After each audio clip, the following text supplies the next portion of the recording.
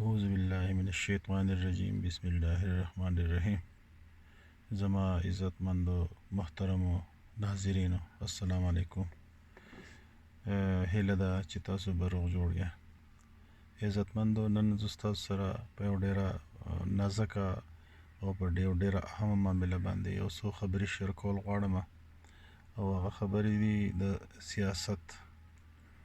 لکه مونږه چې ګورو زمونږ په دې ملک کې د سیاست نه ډیر زیات بدنام دی، او کله چې د چا مطلب څوک د سیاست خبره کوي یا څوک د سیاستدان خبره کوي، نو په ذهن کې ډیر غلط خیالات راځي د سیاست په باره کې او د سیاستدانانو په باره کې.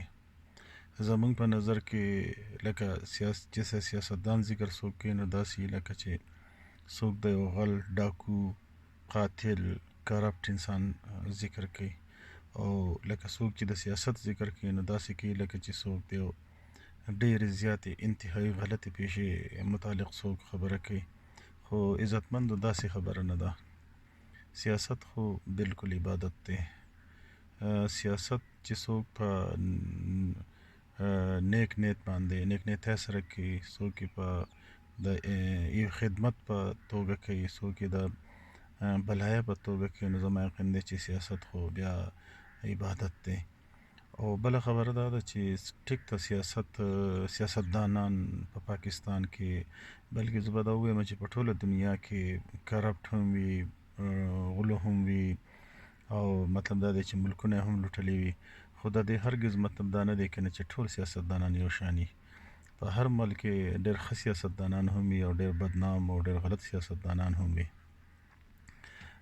لکه زه به دا ووایم چې پاکستان په جوړېدو کې کردار چې دی یا چا پاکستان جوړ کړی، دا سیاستدانانو جوړ کړی دی. قائد اعظم سیاستدان و، هغه د خپل وخت یو ډېر نامتو ډېر غټ سیاستدان و، او هغه په ټوپک یا په تماچا یا په ګولۍ باندې دا ملک نه دی جوړ کړی، بلکې هغه په خپل سیاسي تدبر باندې، په هوښیارتوب باندې، په خپل عقل باندې او په خپل سیاسي سمجھبوج باندې دا ملک آزاد کړی دی. بیا بله خبره دا ده چې لکه سیاست که مونږ وګورو نو په ټوله دنیا کې ډېر زیات جمهوري ملکونه دي او ډېر کم چې دي نو غیر جمهوري ملکونه دي. او چې څومره جمهوري ملکونه دي نو هغه ټول ډېر زیات په ترقۍ دي. خاص خصوصا زه به د یورپ ذکر وکړم چې په یورپ کې چې څومره ملکونه دي نو تقریبا هلته ټول چې دی نو جمهوریت دی، او هلته دغه یورپ چې دی نو ډېره زیاته ترقي کړې ده. هلته جمهوري راج دی، ټول انسانانو ته د جمهوریت په ذریعه باندې پوره مطلب دا دی چې حقونه حاصل دي. کم سیاستدانان چې دي هلته هم یي سیاستدانان، هلته مسله دا یي په یورپ کې که یو سیاستدان ډاکو یي، که یو سیاستدان کرپټ یي، که یو سیاستدان غلط یي، نو هغوی ټول جمهوریت ته غلط نه وایي. هغوی جمهوریت عبادت ګڼي، هغوی سیاست عبادت ګڼي. زمونږ د بده مرغه زمونږ په ملک کې چې یو خو مونږ په خپله باندې سیاست دونه بدنام کړی دی، او بل مونږ د یو څو بدنام سیاستدانانو په وجه باندې چې دی نو ټول سیاست ته په بد نظر ګورو، مونږ جمهوریت ته په بد نظر ګورو. خو که مونږ سوچ وکړو نو لکه زمونږ په ملک کې مونږ چرې هم جمهوریت ته هغه وده نه ده ورکړې، یا مونږ جمهوریت ته په هغه سترګه نه دي کتلې په کم چې په کار دا ده مونږ ته وګورو، مونږ هغې ته وګورو.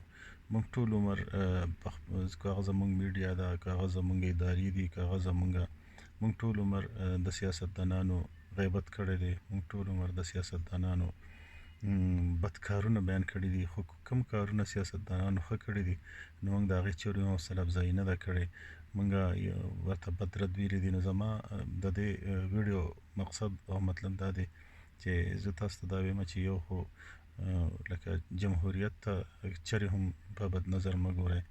که په دې ملک کې جمهوریت نه وي نو دا مطلب دا دی د مارشل لا د لاسه د دې لاسه زموږ د ملک چې نو ډېر زیات نقصان مونتی دی.